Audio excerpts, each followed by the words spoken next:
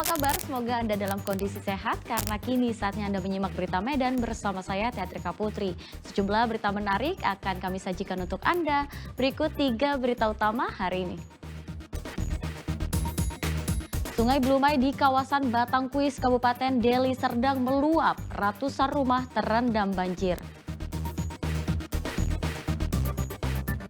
Kesal karena kerap dibully, pengurus pondok pesantren di Kabupaten Langkat dibakar oleh santri. Kekerasan terhadap balita terjadi di tempat penitipan anak di Kota Medan. Pelaku memaksa balita makan dengan mencubit dan menjambak rambut.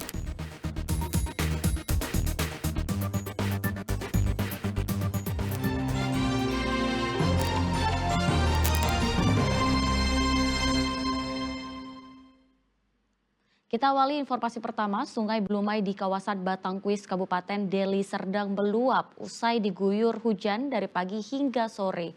Permukiman sekitar pun terendam banjir setinggi lutut orang dewasa. Tinggi permukaan air akibat banjir masih selutut orang dewasa. Ratusan rumah di 3 desa kecamatan Batangkuis terdampak banjir. Tingginya curah hujan yang terjadi pada Rabu pagi mengakibatkan aliran sungai Blumai di kawasan Batangkuis, Kabupaten Deli Serdang meluap. Hingga Rabu sore, banjir yang menggenangi 300 keluarga tak kunjung surut. Menurut warga, banjir yang melanda kampung mereka kali keduanya terjadi. Sebelumnya, banjir juga terjadi hingga setinggi dada orang dewasa pada tahun 2023. Banjir yang datang tanpa bisa diprediksi ini membuat warga hanya menyelamatkan perlengkapan rumah dengan menaikkan ke tempat yang lebih tinggi.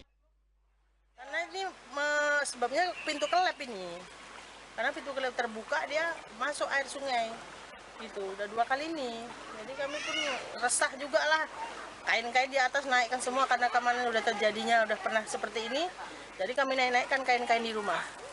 Itu. Apa yang terendam Bu dalam rumah Bu?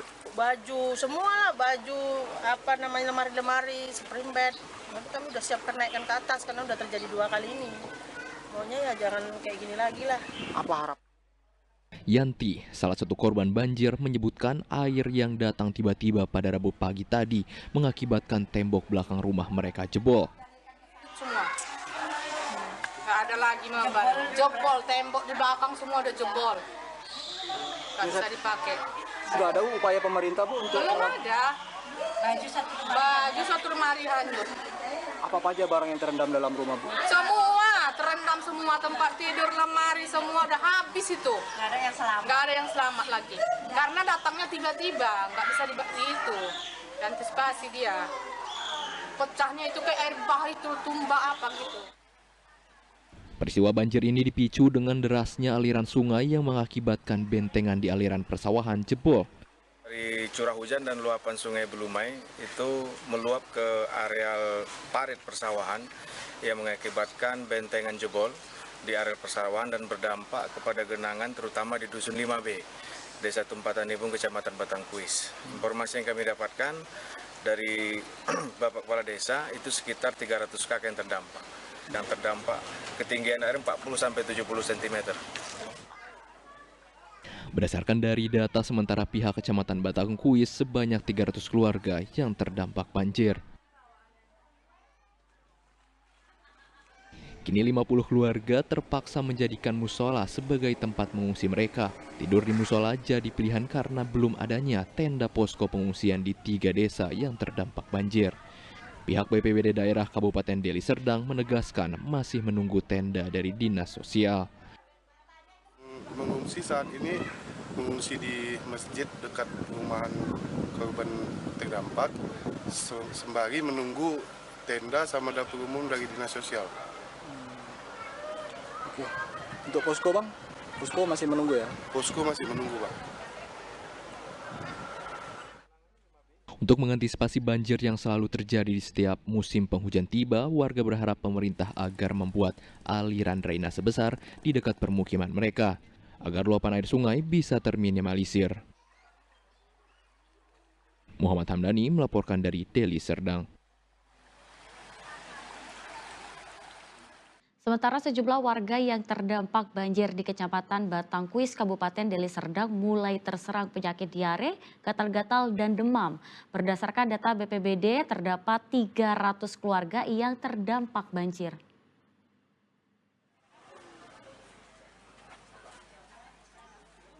Pasca luapan air sungai Blumai yang merendam ratusan rumah di Kecamatan Batangkuis, Kabupaten Deli Serdang, Kamis siang sejumlah warga mulai mendatangi pos kesehatan untuk memeriksa penyakit yang mereka rasakan akibat banjir. Berdasarkan dari pemeriksaan yang diterima oleh tim medis Puskesmas Kecamatan Batangkuis, warga yang terdampak banjir banyak yang menderita penyakit diare, gatal-gatal, dan demam. Ini dari Puskesmas, tapi kami bidan desanya di Desa Tumpatan Timur ini, Pak. Keluhan masyarakat tadi Bu yang berobat tuh apa-apa aja Bu? Masuk angin, gatal-gatal, pusing, baru yang 3 itu keluhannya Pak, yang kami layani. Nah ini untuk posko ini Bu, berapa lama didirikan di sini Bu? Tengok keadaan lah Pak, kalau udah nanti surut airnya bisa 1 hari, bisa 2 hari, tergantung airnya Pak. Warga diimbau tetap berhati-hati terhadap banjir susulan yang berpotensi terjadi pada malam hari dan pagi hari. Hal tersebut mengingat masih tingginya curah hujan di wilayah Sumatera Utara, khususnya tebing tinggi, Serdang Bedagai, Deli Serdang, dan Kota Medan. Muhammad Hamdani melaporkan dari Deli Serdang.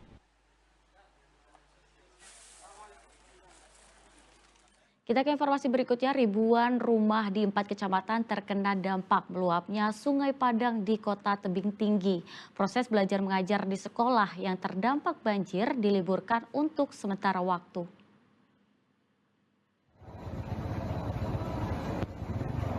Genangan air masih tampak di beberapa wilayah di Kota Tebing Tinggi pada Kamis pagi.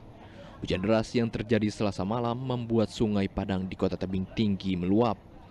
Berdasarkan dari data BPBD Kota Tebing Tinggi, Kecamatan Rambutan dan Kecamatan Bajenis merupakan daerah terparah terdampak banjir. Banjir masih terjadi di kawasan jalan raya dan pusat pasar Inpres dengan debit air semata kaki hingga sebetis orang dewasa. Sementara untuk total korban terdampak banjirnya, berdasarkan data BPBD Kota Tebing Tinggi sebanyak 3.674 jiwa. Terkait penanganan banjir, pemerintah kota melalui BPBD Kota Tebing Tinggi mendirikan 5 posko pengungsian di setiap kecamatan. Ini kita tahu bersama ini kan memang sudah berulang kali juga ini jadi perhatian kita, dan kita juga kemarin saya berkoordinasi dengan BWS, dan waktu dekat ini mereka akan turun juga kembali untuk tembok penahan ini, dan kita harapkan bisa berkolaborasi lah BWS dengan pemerintah Kota Tebing Tinggi. Ya, saya himbau masyarakat tadi sudah melalui camat dan lurah, saya juga semua, kita akan berkumpul di satu posko nantinya. Dan saya harapkan semua untuk dapat meninggalkan rumah, dan tentunya Satpol PP saya perintahkan untuk patroli menjaga. Akibat banjir, proses belajar mengajar anak sekolah diliburkan untuk sementara waktu. Muhammad Hamdani melaporkan dari Tebing Tinggi.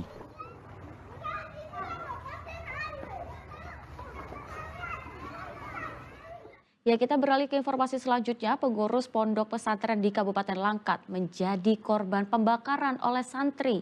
Korban mengalami luka bakar 60% dan saat ini masih dalam perawatan di Rumah Sakit Adam Malik Medan. Pria berinisial AAR, pengurus salah satu pondok pesantren di Kabupaten Langkat, menjadi korban pembakaran santrinya. Ia menjalani perawatan di Rumah Sakit Adam Malik Medan sejak 5 Oktober. Korban sebelumnya dirujuk dari Rumah Sakit Tanjung Pura Langkat. Korban mengalami luka bakar 60% yang tersebar pada bagian wajah, punggung, tangan, kaki, dan sebagian dada. Kini korban jalani perawatan di ruang ICU dalam kondisi sadarkan diri. Korban saat ini tidak lagi menggunakan alat ventilator, namun masih harus menggunakan selang pernapasan. Dengan kondisi luka bakar 60% di sekujur tubuhnya, antara lain itu di area wajah, kemudian punggung, kedua kaki, kedua tangan, dan sedikit di area dada. Setelah mendapati perawatan beberapa hari ini, seperti apa perkembangannya? Kalau untuk perkembangannya, pasien itu dirawat oleh spesialis anestesi dan spesialis bedah plastik. Sampai saat ini masih dirawat intensif di ruang ICU luka bakar kita. Kondisinya saat ini ada perbaikan ya, ada kemajuan, antara lain pasiennya sudah sadar, sudah tidak menggunakan ventilator lagi, tetapi memang masih menggunakan selang nafas. Orang tua korban kini telah berada di Rumah Sakit Adam Malik Medan mendampingi sang anak mendapatkan perawatan medis. Kedua orang tua korban kini kesulitan membiayai perawatan medis putranya sebab penanganan korban tidak ditanggung BPJS, mengingat peristiwa yang dialami korban merupakan tindak pidana. Sementara itu, petugas unit reskrim Polsek Hinai menangkap satu orang santri FAZ yang berusia 17 tahun. Dia terbukti melakukan pembakaran. Berdasarkan dari olah tempat kejadian perkara dan pemeriksaan terhadap beberapa orang saksi kejadian yang terjadi pada Sabtu pagi 5 Oktober, pelaku sudah merencanakan pembakaran tersebut di 2 hingga 3 hari sebelum kejadian. Dengan meminta tolong kepada salah satu santri juniornya, pelaku menerima bensin yang kemudian disimpannya di tempat aman dan tidak diketahui siapapun. Ketika korban sedang tertidur, tersangka yang saat itu menjadi piket jaga malam langsung mengambil karpet dan ambal. Kemudian membungkus korban serta menyiram korban dengan bensin dan membakarnya. Namun pelaku juga sempat meminta bantuan kepada rekannya yang lain untuk mendobrak pintu kamar dan menyelamatkan korban yang sudah terbakar. Menemukan kejanggalan pada saat melaksanakan olah TKP dan melaksanakan interogasi awal kepada saksi, kami melihat ada kejanggalan sehingga kami melakukan pendalaman, di mana ternyata saksi yang melihat peristiwa itu pertama kali justru itulah yang kami duga sebagai pelakunya. Kini pihak kepolisian masih menyelidiki kasus tersebut. Muhammad Hamdani dan Tuti Alawiyah Lubis melaporkan dari Medan dan Langkat.